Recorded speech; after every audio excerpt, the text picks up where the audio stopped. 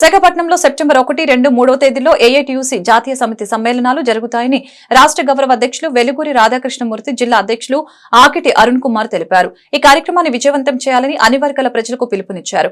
Guntur AITUC కార్యాలయంలో ఏర్పాటు చేసిన మీడియా సమావేశంలో జాతీయ సమితి సమ్మేళనానికి సంబంధించిన పోస్టర్ను నేతలు ఆవిష్కరించారు.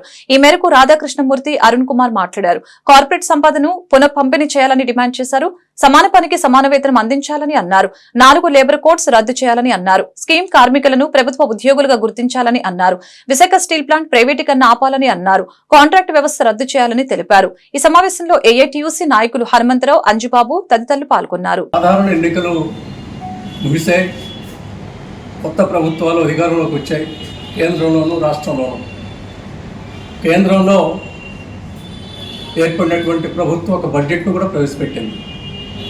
ఈ బడ్జెట్ను చూసిన తర్వాత కార్మికులకి, రైతాంగానికి, సామాన్య ప్రజానీకానికి సంబంధించినటువంటి ఏ ఒక్క సమస్యకు కూడా పరిష్కారం, కనీసం దానికి సంబంధించినటువంటి అంశాలు కూడా లేనటువంటి పరిస్థితి ఈ బడ్జెట్లో ఉంది. అందువల్ల తిరిగి కార్మికులు, రైతులు కలిసి తమ పోరాటాలని తిరిగి ప్రారంభించి ఉధృతం చేయాల్సినటువంటి అవసరం ఏర్పడింది.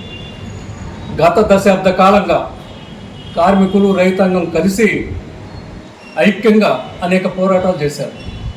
3 వ్యవసాయ చట్టాలు రద్దు చేయాలని చెప్పి రైతులు, 4 కార్మిక కోడ్లను రద్దు చేసి అంత ముందున్నటువంటి కార్మిక చట్టాలని పునరుద్ధరించాలని చెప్పి కార్మికులు కోట్లాది మంది రోడ్ల మీదకి వచ్చారు. నూతన పెన్షన్ విధానాన్ని రద్దు చేసి పాత పెన్షన్కి వెళ్ళాలని చెప్పి ఉద్యోగస్తులు ఆందోళన చేశారు. అట్లాగే స్కీమ్ వర్కర్లు, ముఖ్యంగా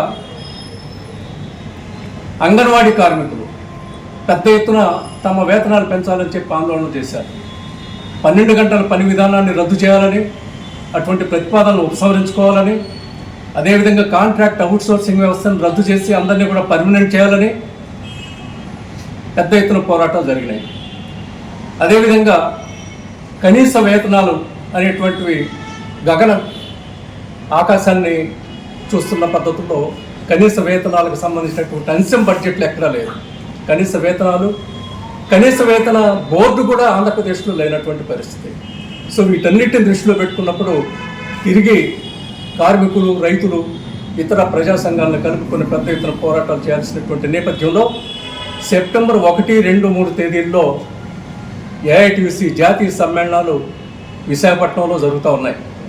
దాదాపు 500 మంది పైగా పాల్గొనేటువంటి సమ్మేళనాలు భవిష్యత్ కార్యాచరణను రూపొందించి ప్రభుత్వం యొక్క మెడలు వంచి కార్మికులు, రైతులకు సంబంధించినటువంటి సమస్యలు పరిష్కారం చేసుకునే దిశగా ఏమి చేయాలనేటువంటిది 3 రోజుల పాటు ఆలోచన చేసి ఒక కార్యాచరణ కార్యక్రమాన్ని కూడా రూపొందించడం జరుగుతుంది. అందులో 3వ తేదీన, సెప్టెంబర్ 3వ తేదీన వేలాది మందితోటి కార్మిక ప్రజా ప్రదర్శన కూడా, కార్మిక శ్రామిక ప్రదర్శన కూడా విశాఖపట్నంలో జరుగుతుంది.